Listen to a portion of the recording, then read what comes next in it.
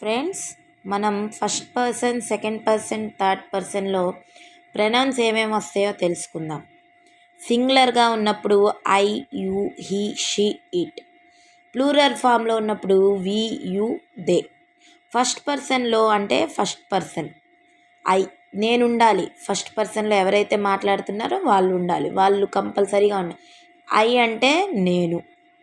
వి అంటే మేము, మేములో నేను ఉంటాను కదా, కాబట్టి ఫస్ట్ పర్సన్ అనేది I, we.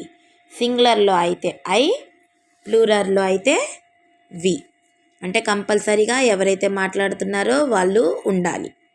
Next second person అంటే ఎవరితో మాట్లాడుతున్నామో వాళ్ళు. సింగులర్లో యూనే, ప్లూరల్లో యూనే. ఇప్పుడు నేను ఎదురుగా ఎవరితో మాట్లాడుతున్నారో వాళ్ళని ఏమంటాను?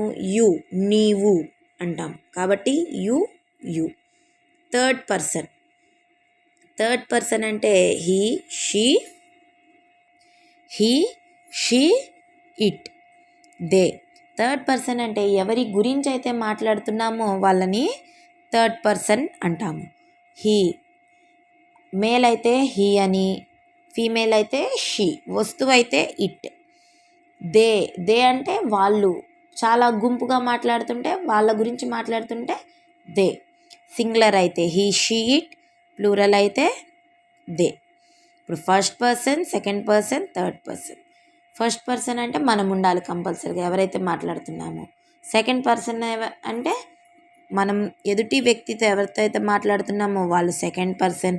థర్డ్ పర్సన్ అయితే ఎవరి గురించి మాట్లాడుతున్నామో వాళ్ళని థర్డ్ పర్సన్ అంటాము.